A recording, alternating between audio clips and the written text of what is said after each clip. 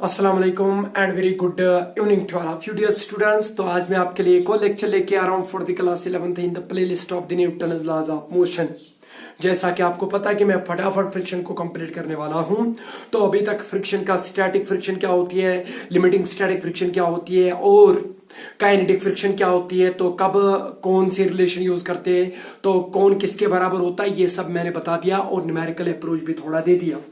तो अब फ्रिक्शन के बारे में और दो पैरामीटर्स यूज होते हैं तो उसको भी कंप्लीट करते हैं। तो one of the parameter used in the friction topic is angle of friction. तो एंगल ऑफ फ्रिक्शन क्या होता है, तो एंगल ऑफ फ्रिक्शन जो होता है इसको यूजुअली थीटा से डिनोट करते हैं। तो जब भी आप थीटा देखेंगे तो ये चीज आप समझ लेना कि ये एंगल ऑफ फ्रिक्शन होता है। तो मोस्टली इसको थीटा से डिनोट करते हैं। तो एंगल ऑफ फ्रिक्शन क्या होता है, मगर एंगल ऑफ फ्रिक्शन जो डिफाइन करना है हमने, उसको डिफाइन करने के पहले मैं ये बता दूं आपको कि फ्रिक्शन जो है ये तब तक नहीं आता जब तक दो बॉडीज कांटेक्ट में ना हो, क्योंकि आपको पता है कि फ्रिक्शन जो है it is actually a component of the contact force. तो कांटेक्ट लाजमी बनता है। तो ठीक है, तो मैं यहां पर एक बॉडी लेता हूं ताकि मैं आपको ये समझाऊं अच्छे से। Suppose this is one of the body और ये इस बॉडी के कांटेक्ट में है, ठीक है। तो ये मैंने यहां पर जो नीचे एक और बॉडी बना दी तो उसके ऊपर है, तो कांटेक्ट में आ गई। तो जब ये कांटेक्ट में आ गई तो इसका मतलब है कि फ्रिक्शन आ ही जाएगा अब, मगर फ्रिक्शन अब तब तक नहीं आता। This is not the sufficient. ये है कंडीशन किसके लिए, फ्रिक्शन के लिए, मगर ये सफिशिएंट नहीं है, काफी नहीं है। काफी होने के लिए आपको यहां पर एक और फोर्स लाना पड़ेगा, एक्सटर्नल फोर्स। जो मैंने आपको बोला एक्सटर्नल फोर्स नहीं लगेगा तो फ्रिक्शन नहीं आ जाएगा। तो और वो जो एक्सटर्नल फोर्स है वो पैरेलल लगना चाहिए सरफेस इन कॉन्टैक्ट को। यहां पर ये जो सरफेस इन कॉन्टैक्ट है इसके पैरेलल फोर्स लगना चाहिए, तब जाके आप फ्रिक्शन के बारे में बात कर सकते हैं। Suppose this is the force which is an external force acting on this body. Suppose इस बॉडी का मास m है और सपोज ये मैं इसका मास m लेता हूं, तो ये बॉडी इस बॉडी के कांटेक्ट में है और इस पे एक्सटर्नल फोर्स P लग रहा है, और ये जो एक्सटर्नल P है this is parallel to the surface in contact. तो अब आपको फोर्स ऑफ फ्रिक्शन से कोई नहीं रोकेगा, तो अब फ्रिक्शन आ ही जाएगी। मगर एंगल ऑफ फ्रिक्शन को डिफाइन करने के लिए एक चीज आपने याद रखना है, नोट वर्दी पॉइंट, वो है limiting static friction. Angle of friction तब तक डिफाइन नहीं होता जब तक एक बॉडी लिमिटिंग स्टैटिक फ्रिक्शन में ना हो।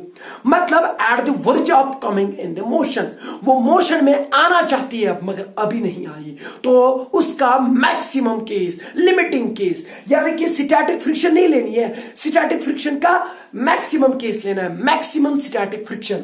तो इसका मतलब है कि जो एक्सटर्नल फोर्स है P है, ये अब इसको काउंटर बैलेंस कर रहा है। किसको, चलो मैं यहां पर एक फोर्स दिखाता हूं, ऐसे दिखाता हूं मैं। सपोज ये जो फोर्स है this acts in the tangential direction, तो इसको मैं Fs मैक्स लिखता हूं। तो इसका मतलब है कि this is the maximum static friction which occurs under the application of the force P। तो ये जो फोर्स है ये P फोर्स है, अगर P थोड़ा बढ़ गया ना तो बॉडी मोशन में आ जाएगी। तो वो केस में स्टडी कर रहा हूं और उसी केस पे एंगल ऑफ फ्रिक्शन डिफाइन होता है। तो अब मुझे बताओ, अब एक्सटर्नल फोर्स भी है और ये दो बॉडीज कांटेक्ट में भी है और यहां पर एक फोर्स आ जाएगा, उसको बोलते हैं मैक्सिमम स्टैटिक फ्रिक्शन। तो वो मैंने ले लिया Fs मैक्स, ठीक है। तो इस बॉडी की फ्री बॉडी डायग्राम बनाइए जल्दी जल्दी। तो अब आप बोलेंगे कि सर दो फोर्सेस तो आपने बनाए, तो एक और फोर्स लग जाएगा। मैं बोलूंगा कौन, तो आप बोलेंगे वेट, क्योंकि आपको पता है कि इस बॉडी का मास है तो और बिल्कुल नहीं छोड़ेगी, तो वेट नीचे की ओर लग जाएगा। तो कितना है वो, चलो W is equal to mg, तो ये लगेगा। बट आपको एक और बात पता है कि ये बॉडी इस बॉडी के साथ कांटेक्ट में है तो कांटेक्ट फोर्स आ जाएगा। तो कांटेक्ट फोर्स के दो कंपोनेंट होते हैं, एक होता है नॉर्मल फोर्स, दूसरा होता है फ्रिक्शन। तो फ्रिक्शन तो माशाल्लाह हमने पहले ले लिया, अब नॉर्मल फोर्स भी लेना है, तो नॉर्मल फोर्स किधर की ओर लग जाएगा, ऊपर की ओर। समझ लिया है, बहुत अच्छा। तो इसका मतलब है कि इस बॉडी पे जो फोर्सेस लग रहे हैं अभी, वो लग रहा है limiting static friction, normal force weight और एक्सटर्नल फोर्स। समझ में आया? अब क्या करते हैं, अब हम डिफाइन करते हैं किसको, एंगल ऑफ फ्रिक्शन को। As for it is definition is concerned, तो डेफिनेशन के लिए एक चीज फिर से मैं बोल रहा हूं इंपॉर्टेंट है, वो है लिमिटिंग स्टैटिक फ्रिक्शन। मतलब कि ये जो बॉडी है या ये जो एंगल ऑफ फ्रिक्शन है, इसको डिफाइन करने के लिए आपको बॉडी लिमिटिंग स्टैटिक फ्रिक्शन वाली स्टेट में लाना पड़ेगा। तो दैट इज मैंने यहां पर लिमिटिंग स्टैटिक फ्रिक्शन लाई। तो अब इसको डिफाइन करते हैं, इसकी डेफिनेशन लिखते हैं। तो it is the angle of friction जो है, it is the angle which the resultant किसका रिजल्टेंट, आपको पता है कि रिजल्टेंट किसी का होता है। रिजल्टेंट कम से कम दो एंटिटीज का होता है, दो वेक्टर क्वांटिटीज का हो सकता है, दो से अधिक भी हो सकते हैं, मगर एक का रिजल्टेंट नहीं होता, एक खुद ही है। ठीक है, तो रिजल्टेंट तभी आता है जब कम से कम आपके पास कितनी क्वांटिटीज हो, दो। ठीक है, तो पहले हम देखेंगे क्या होता है, ये डिफिनेशन क्या है। Angle which the resultant of, किसका resultant, resultant of maximum static friction, यानी कि limiting static friction, limiting static friction and, जिसको हम, आपको पता है कि लिमिटिंग स्टैटिक फ्रिक्शन को एफएस मैक्स से डिनोट करते हैं। तो which is the resultant of limiting static friction and normal force और normal reaction, and normal reaction किससे डिनोट किया मैंने, एन से, mix with the normal reaction. थोड़ी बहुत इसकी डेफिनेशन कठिन लग रही है बट है सिंपल। अब देखिए मैं क्या बोला। तो एंगल ऑफ फ्रिक्शन क्या होता है, एंगल विच द रिजल्टेंट, किसका resultant, limiting static friction and normal reaction, इन दो का रिजल्टेंट निकालिए पहले। तो यहां पर देखते हैं किसका रिजल्टेंट निकालना है पहले। हम निकालेंगे पहले रिजल्टेंट, किसका, resultant of limiting static friction. तो लिमिटिंग स्टैटिक फ्रिक्शन इधर की ओर है, बहुत अच्छा, तो ये उसका टेल है और इसका हेड है। वेक्टर क्वांटिटी को अगर जियोमेट्रिकली दिखाएंगे तो एक एरो से दिखाते हैं, दैट इज व्हाई मैंने एरो से दिखाया। एंड नॉर्मल रिएक्शन, तो ये है नॉर्मल रिएक्शन, ऊपर की ओर लग रहा है। ठीक है, तो ये दोनों फोर्सेस है, ये दोनों कॉन्टैक्ट फोर्सेस है। This is the limiting static friction and this is the normal reaction. अब इन दोनों का क्या निकालना है, इन दोनों का अपने रिजल्टेंट निकालना है। तो रिजल्टेंट आपको पता है कैसे निकालते हैं, तो या triangle of vector addition use कर ले या parallelogram of vector addition use कर ले। तो यहां पर आपको पता है कि इसका टेल इसके टेल के साथ मिला है। When the tail is coincided with the tail, then the best way to get their resultant is to use the parallelogram law of vector addition. याद है, it's also called as tail to tail method. समझ में आया? तो यहां पर tell किसका मिल रहा है, एफएस मैक्स का, यहां पर टेल किसका मिल रहा है, नॉर्मल रिएक्शन का। तो इन दोनों का रिजल्टेंट आ जाएगा। तो इसका मतलब है कि इन दो को हम मान लेंगे these are the two adjacent sides of a parallelogram। तो एक पैरेललोग्राम को बनाइए, तो ये मैंने पैरेललोग्राम बनाया। तो इन दो को ये मान के चला कि ये दो एडजस्टेंट साइड से किसके, पैरेललोग्राम के। अब क्या करते, तो रिजल्ट कैसे निकालते, from the parallelogram law of vector addition, वो बोलता है फ्रॉम द कॉमन टेल। अब जो कॉमन टेल है वहां से एक डायगोनल ड्रा करिएगा। तो ये मैंने डायगोनल ड्रा किया, तो ये जो आपको डायगोनल बना, ये आपको रिजल्टेंट देगा इन दो का। तो ये क्या है, FS max, limiting static friction, ये क्या है, नॉर्मल रिएक्शन। तो ये इन दोनों का रिजल्टेंट है। समझ में आया? तो वही है angle which the resultant of limiting static friction and normal reaction. मतलब ये जो रिजल्टेंट इन दोनों का है, ये कितना एंगल बना रहा है, कौन, ना नॉर्मल रिएक्शन ना एफएस मैक्स, बल्कि कौन, रिजल्टेंट। इन दोनों का रिजल्टेंट कितना एंगल बना रहा है, किसके साथ, नॉर्मल रिएक्शन के साथ, वो ये है। तो that is called the angle of friction. तो एंगल ऑफ फ्रिक्शन समझ में आया, it is the angle which the resultant of limiting static friction and normal reaction mix with the normal reaction. जो इन दोनों का रिजल्टेंट किसके साथ बनाएगा, नॉर्मल रिएक्शन के साथ, उसी को क्या बोलते हैं, एंगल ऑफ फ्रिक्शन। तो from the diagram theta is given to you. ये मैंने आपको बता दिया कि ये जो डेफिनेशन है, as far as the definition is concern, तो we get this as an angle of friction. ये आपको एंगल ऑफ फ्रिक्शन होगा। अब मसला ये है कि ये थीटा कैसे निकालेंगे, इसकी क्या रिलेशन होगी, इसकी क्या इक्वेशन होगी। ये तो समझ में आ गया कि एंगल ऑफ द फ्रिक्शन क्या होता है और ये कैसे फिगर से हम डिड्यूस कर सकते हैं कि कौन एंगल ऑफ फ्रिक्शन हो गया। बट इसकी रिलेशन क्या है, तो इसकी रिलेशन डिड्यूस करेंगे। तो रिलेशन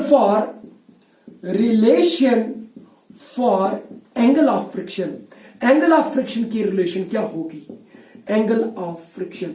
अब आप बोलेंगे कि सर इसकी रिलेशन कैसे निकालते हैं, तो बहुत आसान है। वो ये है कि आपको क्या करना पड़ेगा, आपको पता है कि एंगल ऐसे नहीं निकलता, आपको ये भी पता है कि एंगल जो होता है ये हमेशा फ्रॉम द ट्रिग्नोमेट्रिक रिलेशंस या ट्रिग्नोमेट्रिक रेशियो जो होता है, जो होते हैं टी रेशियो जो होते हैं, वहां पर जो थीटा वहां पर यूज होता है, तो वहीं से थीटा निकलेगा आपको। That is we will use here trigonometry.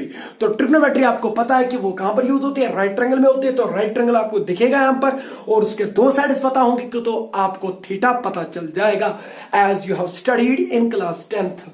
तो देखिएगा, तो अब आपको पता कि अगर ये पैरेललोग्राम बन गया, देखिए तो ये यहां से यहां तक कितना होगा, एफ एस मैक्स, ठीक है। तो ये भी कितना होगा, एफ एस मैक्स। तो इधर मैं एफ एस मैक्स लिख सकता हूं, अरे मैग्नीट्यूड की बात कर रहा हूं मैं। तो जितना ये होगा उतना ये भी है, because it is a parallelogram और पैरेललोग्राम के अपोजिट साइड्स इक्वल होते हैं। तो if it is F S max तो then it is clearly F S max. तो ये कितना है, नॉर्मल रिएक्शन एन, तो ये भी कितना होगा एन। बट आपको पता है कि ये बॉडी किस में है, रेस्ट में है, लिमिटिंग स्टेट ऑफ रेस्ट है, बट रेस्ट में ही है ना।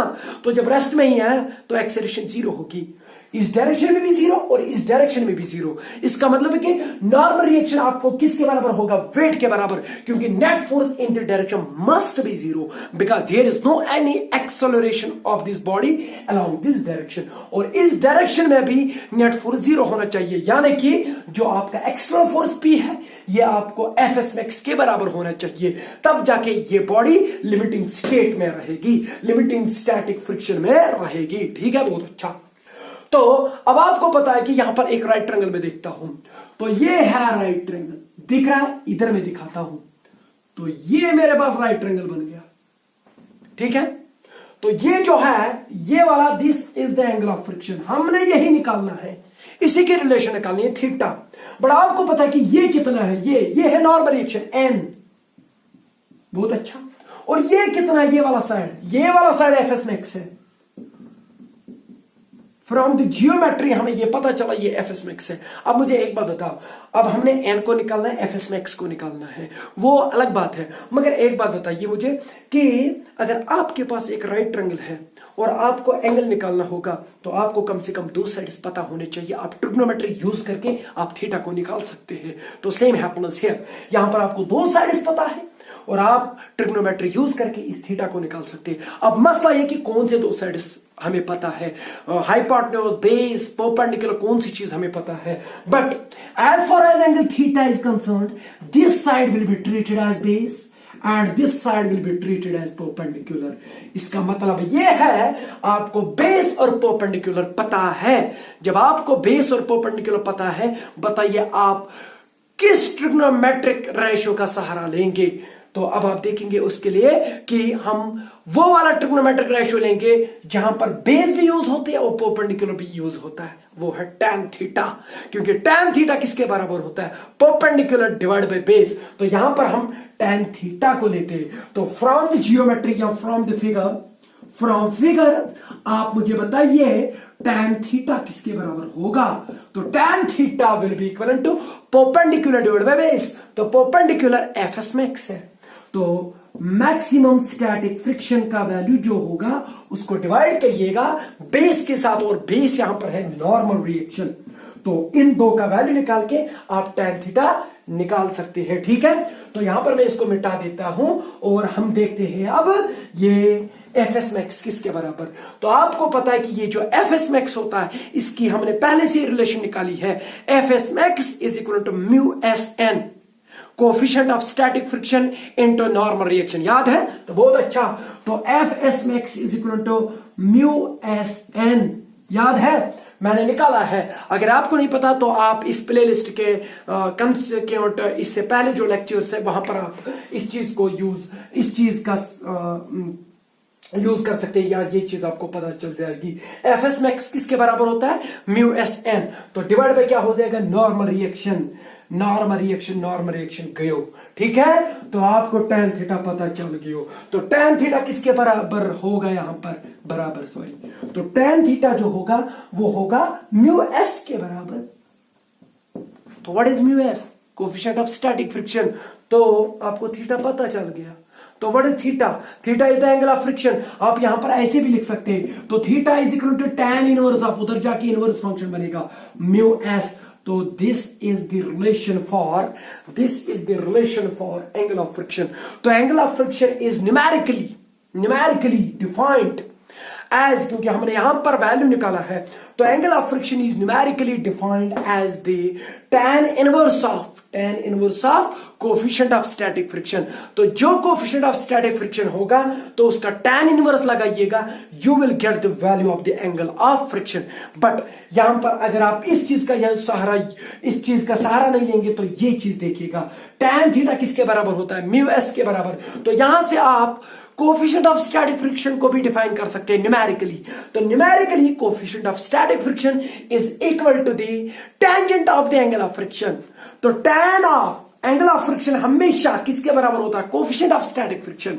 फॉर एग्जांपल, अगर कभी आपको कोफिशिएंट ऑफ स्टैटिक फ्रिक्शन, यहां पर मैं बता रहा हूं, अगर कभी आपको coefficient of static friction mu S 1 के बराबर होगा, तो आपको कोई बोलेगा कि what will be the angle of friction, आप फटाफट बोलिए कि म्यू एस का वैल्यू यहां पर दे दीजिए, तो tan इनवर्स ऑफ 1, तो बताइए tan का वैल्यू किस एंगल पे 1 होता है, 45 डिग्री, तो थीटा विल बी 45 डिग्री, तो एंगल ऑफ फ्रिक्शन उस टाइम 45 डिग्रीज होगा। सही बात। तो ये चीज, इस चीज का यूज करके आपको एंगल ऑफ फ्रिक्शन पता चल गया। तो एंगल ऑफ फ्रिक्शन कैसे डिफाइन करेंगे आप, तो एंगल ऑफ फ्रिक्शन वो वाला एंगल होगा जिसको अगर टेंजेंट लगाएंगे, जिसको अगर tan अप्लाई करेंगे, तो वो आपको कोफिशिएंट ऑफ स्टैटिक फ्रिक्शन देगा। तो अब आप क्या स्ट्रेटजी लेंगे, आज के बाद एक चीज याद रखिएगा, अगर आपको एंगल ऑफ फ्रिक्शन दे दिया गया है तो ये समझ लीजिएगा कि आपको कोफिशिएंट ऑफ स्टैटिक फ्रिक्शन भी पता है, क्योंकि आपने एंगल ऑफ फ्रिक्शन को tan लगाना है, तो you will get the coefficient of static friction. कभी कभार न्यूमेरिकल्स में क्या किया जाता है कि आपको म्यू एस का वैल्यू नहीं दिया जाता है, डायरेक्टली म्यू एस का वैल्यू नहीं देते, वो एंगल ऑफ फ्रिक्शन देते हैं, क्योंकि उनको पता है कि इनको ये बात अच्छे से समझ में आई है कि tan of theta is equal to mu s, क्योंकि जो कोफिशिएंट ऑफ स्टैटिक फ्रिक्शन वो tan ऑफ थीटा के बराबर होता है, यानी कि tangent of angle of friction के बराबर होता है। तो this was the one of the parameter जो हमने डिस्कस किया। तो एक और चीज होता है, उसको बोलते हैं एंगल ऑफ रिपोज। तो आप इस चीज को, वीडियो को पॉज करके ये चीज नोट कर सकते हैं। तो अब हम एक और चीज पढ़ेंगे, उसको बोलते हैं एंगल ऑफ रिपोज। तो एंगल ऑफ रिपोज को भी डिफाइन करने के लिए दो तरीके हैं, मैक्सिमम एंगल और मिनिमम एंगल। तो हम यहां पर मैक्सिमम एंगल के थ्रू इसको डिफाइन करेंगे। तो एंगल ऑफ रिपोज क्या होता है, तो एंगल ऑफ रिपोज जो होता है वो एक इंक्लाइंड प्लेन बनाती है। तो angle, second parameter, angle of repose, angle of repose most of the time alpha से डिनोट करते हैं इसको। तो एंगल ऑफ रिपोज क्या होता है, तो एंगल ऑफ रिपोज एक इंक्लाइंड प्लेन, यहां पर मैं एक इंक्लाइंड प्लेन लेता हूं, तो वो कितनी एंगल बनाएगी, किसके साथ, हॉरिजॉन्टल के साथ। एक इंक्लाइंड प्लेन होती है ना, तो उसको आप ऐसे करते करते जाइए, एंगल बनाते जाइए, तो आप एंगल को बढ़ा रहे हैं। तो एक, अगर इसके ऊपर, इस इंक्लाइंड प्लेन के ऊपर एक बॉडी होगी, सपोज उसका मास m है मान लीजिए, तो वो उसके ऊपर होगी। तो जब ऐसी होगी ये इंक्लाइंड प्लेन हॉरिजॉन्टल, तो बॉडी इस पे ही रहेगी, वो रेस्ट में ही रहेगी। तो थोड़ा ऐसा कर ले, ऐसा एंगल दे दे, तो वो रेस्ट में रहेगी। तो यहां पर एंगल ऑफ इंक्लिनेशन भी इंक्रीज हो रहा है, तो आप एंगल ऑफ इंक्लिनेशन को बढ़ाते जाइए और तब तक बढ़ाइए जब तक ये बॉडी रेस्ट में ही रहेगी। तो आप देख लीजिए कि आपको मैक्सिमम एंगल क्या निकलेगा। मैक्सिमम एंगल क्या निकलेगा जब तक ये बॉडी जो है रेस्ट में ही रहेगी, मतलब कि it is at the verge of sliding down, ये नीचे गिरना चाहती है मगर नहीं गिरेगी। तो किस एंगल पे ऐसी सिचुएशन होगी, मतलब वो कौन सी सिचुएशन होगी, लिमिटिंग स्टैटिक फ्रिक्शन। उस टाइम क्या होगा कि लिमिटिंग स्टैटिक फ्रिक्शन में होगी ये, क्योंकि ये अब नीचे आने को है मगर नहीं आ रही है एट द वर्ज। तो उस टाइम ये एंगल क्या बनाती है इंक्लाइंड प्लेन, उसको बोलते हैं एंगल ऑफ रिपोज, उसको अल्फा से डिनोट करते हैं। तो अल्फा जब एंगल ऑफ जो एंगल ऑफ इंक्लिनेशन, तो इंक्लिनेशन इंक्लाइंड प्लेन जो एंगल बनाती है किसके साथ with the horizontal such that, जो इसके ऊपर बॉडी है, such that the body placed on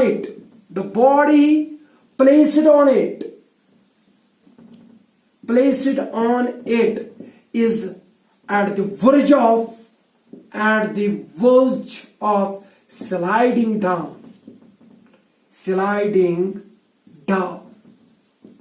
the inclined plane, वो नीचे आना चाहती है मगर नहीं आ रही है। तो मैक्सिमम अगर मैं और थोड़ा बढ़ा दूं तो वो गिर जाएगी, मगर उससे पहले हमने देखना है कि वो गिरने नहीं चाहिए। उस टाइम क्या एंगल बनेगा, उसको बोलते हैं एंगल ऑफ रिपोज। तो मैक्सिमम एंगल होगा, या यहां से अगर मैं लेके आऊं तो बॉडी गिरेगी, तो ऐसी गिरेगी। तो एक मिनिमम एंगल, जब ये अगर मैं और नीचे करूंगा तो वो अब नहीं गिरेगी, तो वो भी एंगल ऑफ रिपोज हो गया। वो यहां से हो गया, यहां से, तो ये यहां से हो गया। तो यहां से रेस्ट में रहेगी, वहां से मोशन में रहेगी। तो अल्टीमेट मोशन में कहां रहेगी तो उसको एंगल ऑफ रिपोज बोलेंगे। तो अल्टीमेट स्टेट ऑफ रेस्ट में कहां रहेगी तो उसको एंगल ऑफ रिपोज बोलते हैं। तो दो तरीके आपके ऊपर निर्भर करता है कि आप कौन सा अप्रोच लेते हैं। तो मैंने ये वाला अप्रोच ले लिया, तो बॉडी किस में रहेगी, रेस्ट में ही रहेगी। तो अब मुझे एक बार बताओ कि इसकी अल्फा की रिलेशन निकालते, एंगल ऑफ रिपोज की रिलेशन निकालते। तो उसके लिए फ्री बॉडी डायग्राम बनाइएगा जल्दी। तो इसका मास m है, तो वेट नीचे की तरफ होगा, कितना होगा mg, ये वेट है, ठीक है। तो ये कांटेक्ट में है तो नॉर्मल फोर्स इधर लगेगा। आपको पता है कि ये जो नॉर्मल फोर्स होता है, it is normal to the surface in contact, this is surface in contact, ये इसके नॉर्मल होता है। तो दो फोर्स लग गए। तो अब मुझे एक बात बताओ, ये वेट जो है इसका एक कंपोनेंट इधर जाएगा, सही बात। तो देखिए इसको हम रिजॉल्व करेंगे, एक कंपोनेंट इधर जाएगा, ठीक है, एक कंपोनेंट इधर जाएगा। तो मैंने वेट को रिजॉल्व किया। आपने कि ऐसा क्यों किया सर आपने, क्योंकि मैं इसको एक्स एक्सिस मान सकता हूं, इसको वाई एक्सिस मान सकता हूं। क्यों, क्योंकि इस डायरेक्शन में मोशन है, इस डायरेक्शन में मोशन नहीं है। What, there is no any vertical motion, there is inclined motion. तो आप इंक्लाइंड मोशन के अलॉन्ग एक एक्सिस ले सकते हैं, रेफरेंस एक्सिस। तो ये वाली मैंने एक्स एक्सिस मान ली, ये वाली मैंने वाई एक्सिस मान ली। तो ये जो वेट है ये किसी एक्सिस के अलॉन्ग नहीं है। तो क्या करना पड़ेगा आपको, इस वेट को रिजॉल्व करना पड़ेगा। एक सेकंड, बैटरी डाउन हो रही है तो इसको चार्जिंग पे लगा देंगे। तो इसको रिजॉल्व करिएगा। तो अगर ये एंगल अल्फा है तो ये भी एंगल अल्फा होगा फ्रॉम द ज्योमेट्री। आपको पता है कैसे, क्योंकि यहां पर मैं अगर वर्टिकल ले लूं या यहां पर ही एक राइट ट्रायंगल बना ले, ऐसे देख ले, तो ये अल्फा होगा, ये 90 होगा पूरा। तो ये कितना हो गया, 90 माइनस अल्फा। अरे ये अल्फा है, ये 90 है, तो ये 90 माइनस अल्फा हो गया। तो मैं इधर लिखता हूं 90 माइनस अल्फा। तो अब यहां पर एक और राइट ट्रायंगल बना ले, तो ये कितना होगा 90, ये 90 माइनस अल्फा है, तो ये कितना होगा, ये ऑटोमेटिकली अल्फा होगा, क्योंकि वो होगा, ये वाला एंगल होगा 90 माइनस 90 माइनस अल्फा, तो वो अल्फा बनेगा, ठीक है। तो ये आपको पता है कि ये अल्फा बनेगा। तो theta component is called cos component. अगर ये mg इधर है तो इधर क्या होगा, mg कॉस ऑफ अल्फा, और इधर क्या होगा mg साइन ऑफ अल्फा। तो अब आप इस वर्टिकल वेट को आप गोली मार सकते हैं, क्योंकि अब इसके बदले आपने दो कंपोनेंट्स ले लिए। अब बात सुनिए, क्या यहां पर एक कंपोनेंट इस सरफेस इन कांटेक्ट के पैरेलल लग रहा है तो फ्रिक्शन आ जाएगी। तो कौन सी फ्रिक्शन, आपको पता है कि it is just eight the verge of sliding down. तो इसके इस डायरेक्शन में लिमिटिंग स्टैटिक फ्रिक्शन होगी Fs मैक्स, क्योंकि अब ये वाला फ्रिक्शन इधर लग रहा है मैक्सिमम स्टैटिक फ्रिक्शन, और इधर ड्राइविंग फोर्स लग रहा है, ये इसको नीचे खींच रहा है। तो ये वाला कंपोनेंट इस बॉडी को खींच रहा है मगर फ्रिक्शन खींचने नहीं देती है। तो मतलब इट इज, अगर ये लिमिटिंग स्टेट में होगी तो Fs मैक्स ही आ जाएगा। तो for the body to remain at rest, for the body to remain at rest, क्योंकि ये बॉडी रेस्ट में रहना चाहती है, रेस्ट में ही होगी उस टाइम जब यहां अल्फा होगा, क्योंकि उसके बाद ये आ जाएगी। अगर अल्फा से ज्यादा एंगल बढ़ गया तो ये नीचे गिरेगी। तो अभी हम अल्फा को डिफाइन कर रहे हैं। तो for the body to remain at rest, ये रेस्ट में रहेगी। तो mg साइन ऑफ अल्फा बताइए किसके बराबर होना चाहिए? From the Newton second law, net force इस डायरेक्शन में 0 होना चाहिए। तो नेट फोर्स क्या है? ये इधर की ओर लग रहा है, वो उधर की ओर लग रहा है, तो ये एक दूसरे के अपोजिट होना चाहिए। तब जाके आपको क्या होगा? और इक्वल होने चाहिए, तब जाके आपको ये रेस्ट में ही रहेगी बॉडी। तो mg साइन ऑफ अल्फा किसके बराबर होना चाहिए? fs मैक्स की। समझ में आया क्यों? क्योंकि net force is equal to 0 in the direction, because it is at the verge of sliding down. मगर स्लाइड नहीं हो रही है, sliding down at the verge of sliding down, मतलब कि स्लाइड होने को है मगर नहीं हो रही है, तो मतलब रेस्ट में ही है। तो fs मैक्स उस time sine mg sine of alpha के बराबर होना चाहिए। तो mg sine of alpha is equal to fs max. बताइए fs मैक्स किसके बराबर होता है? आपको पता है म्यू एस एन के बराबर होता है कि नहीं? क्योंकि आपने इससे पहले पढ़ा कि ये मैक्सिमम लिमिटिंग स्टैटिक फ्रिक्शन जो होती है वो होती है म्यू एस एन के बराबर। और mg sine of alpha is equal to mu s n. मुझे बता एन किसके बराबर होगा?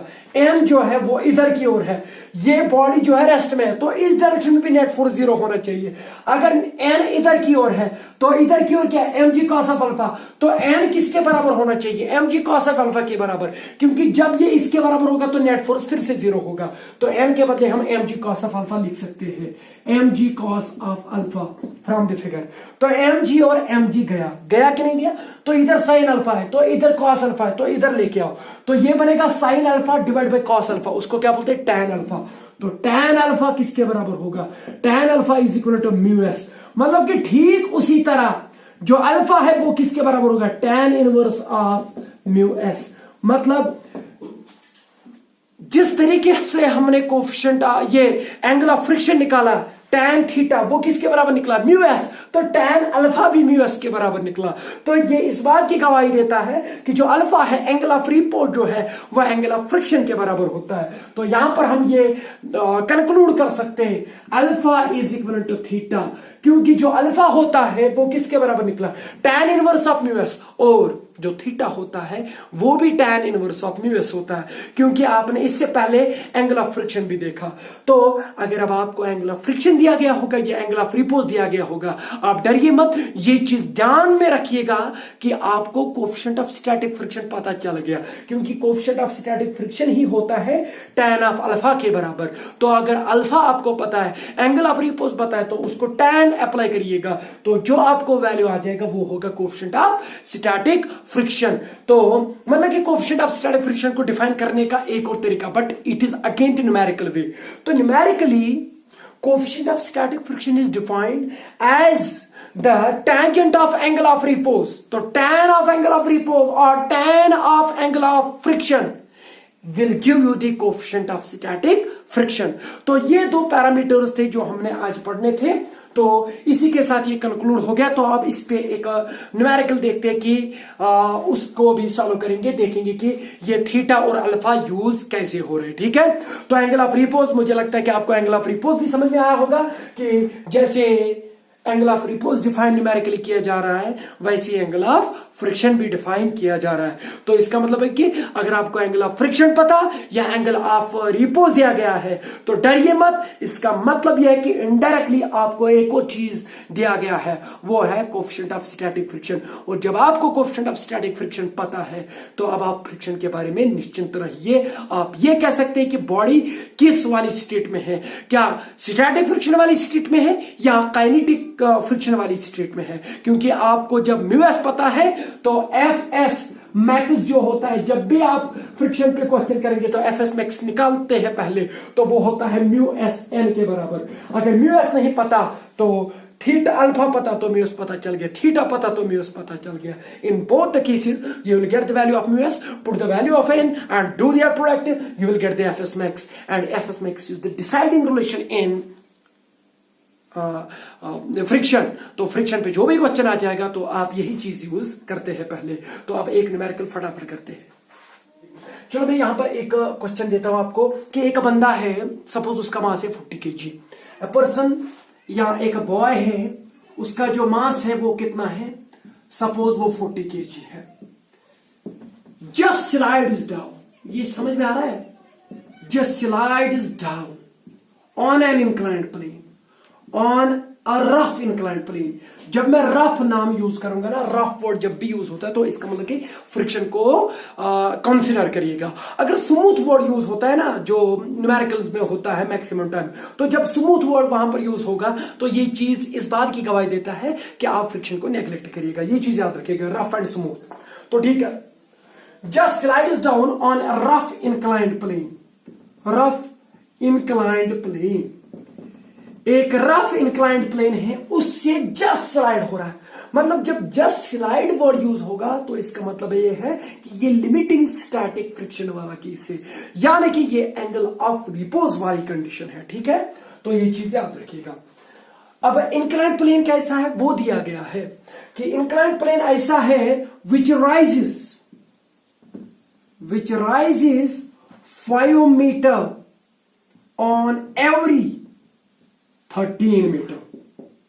अब आप बोलेंगे कि सर ये क्या चीज है, एक रफ इंक्लाइंड प्लेन है तो उससे बंदा जो है जस्ट स्लाइड हो रहा है, तो वो जो इंक्लाइंड प्लेन है वो 5 मीटर राइज हो रहा है जब आप 13 मीटर चलेंगे। ये क्या चीज होता है, ऐसे में दिखाऊंगा आपको। ये हॉरिजॉन्टल है, ठीक है, तो यहां पर मैं 1 मीटर चला तो मैं कुछ राइज हो गया, तो मैं 5 मीटर चला तो मैं कुछ और राइज हो गया, तो मैं 10 मीटर चला तो मैं कुछ और राइज हो गया। मैं ऐसे ही चलता गया, यहां से यहां तक मैं चल रहा हूं तो मैं राइज हो रहा हूं, जितना मैं चलूंगा उतना मैं राइज हो ही जाऊंगा। सही बात है, देखिएगा राइज हो रहा है कि नहीं हो रहा है। तो आप अलग अलग राइज हो रहे हैं, ये डिपेंड कर रहा है कि आप कितना चल रहे हैं। तो ये बोल रहा है कि जब आप कितने हर 13 मीटर पे आप 5-5 मीटर ऊपर चढ़ रहे हैं, तो इसका मतलब ये है कि अगर मैं इस इंक्लाइंड प्लेन को ये बता दूं कि ये राइज कितना हुआ है 5 मीटर, तो बताइए हम कितना चले हैं, फिर हम चले हैं 13 मीटर। ठीक है, और बंदा यहां पे जस्ट स्लाइड हो रहा है, तो इसका मतलब है कि ये जो एंगल होगा ये होगा एंगल ऑफ रिपोज, क्योंकि जस्ट स्लाइड कंडीशन वाली है। ठीक है, तो एंगल ऑफ रिपोज होगा। तो आपने क्या निकालना है, आपने अल्फा निकालना है। आपने क्या निकालना है, तो यहां पर मैं क्वेश्चन ही नहीं दिया, तो यहां पर आप निकालिए फाइंड कोफिशिएंट ऑफ फ्रिक्शन। आप कोफिशिएंट ऑफ फ्रिक्शन निकालिएगा। क्या निकालिएगा, कोफिशिएंट ऑफ फ्रिक्शन। समझ में आया, क्वेश्चन दिया गया है। आप बोलेंगे कि सर हमें तो पैरामीटर्स किसके दिए गए हैं, हमें पैरामीटर्स इंक्लाइंड प्लेन के दिए हैं। तो आपको पता है कि इंक्लाइंड प्लेन के पैरामीटर दिए गए ना, तो इसका मतलब है कि आपको वहां से अल्फा निकालना है।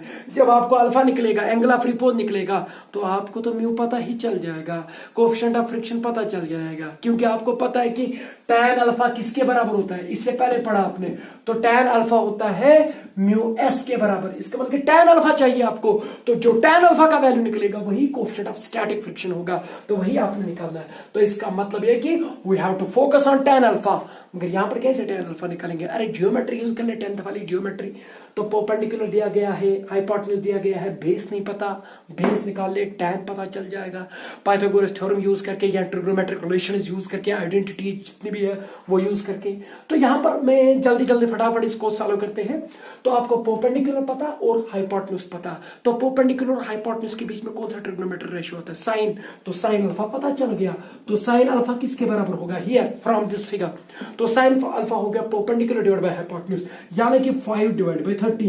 अब आपको साइन अल्फा पता है तो कॉस अल्फा निकालिए। आप बोलेंगे कि सर साइन अल्फा तो निकाला, कॉस अल्फा क्यों निकालेंगे, क्योंकि जब साइन अल्फा पता होगा तो जब आप डिवाइड करेंगे साइन को कॉस के साथ, you will get the tan, तो वही हमें चाहिए। तो that is why cos alpha के ऊपर लग गया अगर, तो कॉस अल्फा निकालिए। तो आप बोलेंगे कि सर कॉस अल्फा होगा base divide by hypotenuse, base तो नहीं पता, पाइथागोरस थ्योरम यूज करनी पड़ेगी। अरे पाइथागोरस थ्योरम को मारिए गोली। तो यहां पर आप जल्दी फटाफट यूज करिएगा आइडेंटिटी जितनी आपने 10th में पढ़ी है। तो वहां पर आपने एक चीज पढ़ा है, अगर आपको याद होगा, sine square alpha plus cos square alpha is equal to 1, याद है। तो इसका मतलब है कि साइन और कॉस के बीच में यही रिलेशन है, तो कॉस स्क्वायर अल्फा किसके बराबर होगा? कॉस स्क्वायर अल्फा होगा 1 माइनस साइन स्क्वायर अल्फा। ठीक है, मैं जल्दी जल्दी बता रहा हूं। तो कॉस अल्फा किसके बराबर? ये स्क्वायर उधर जाएगा तो स्क्वायर रूट बन जाएगा, तो 1 माइनस साइन स्क्वायर अल्फा। तो इसका मतलब कि कॉस अल्फा भी पता चल गया किसके बराबर? Square root of 1 minus sine square alpha. तो साइन अल्फा किसके बराबर? 5/13। तो साइन स्क्वायर अल्फा हो गया 5/13 का स्क्वायर, 5/13 का स्क्वायर। ठीक है, तो अब आप क्या करेंगे? तो cos अल्फा यहां से क्या निकलेगा? तो आपको पता ये होगा 5 स्क्वायर 25, 13 स्क्वायर 169। तो 169 ये बनेगा -25, वो हो गया 144। तो जब आप इसको सॉल्व करेंगे ये बनेगा 144 डिवाइड बाई 13 स्क्वायर हो गया 169। तो माशाल्लाह ये भी पता चल गया कि cos अल्फा किसके बराबर।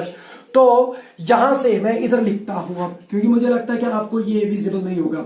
तो cos अल्फा किसके बराबर?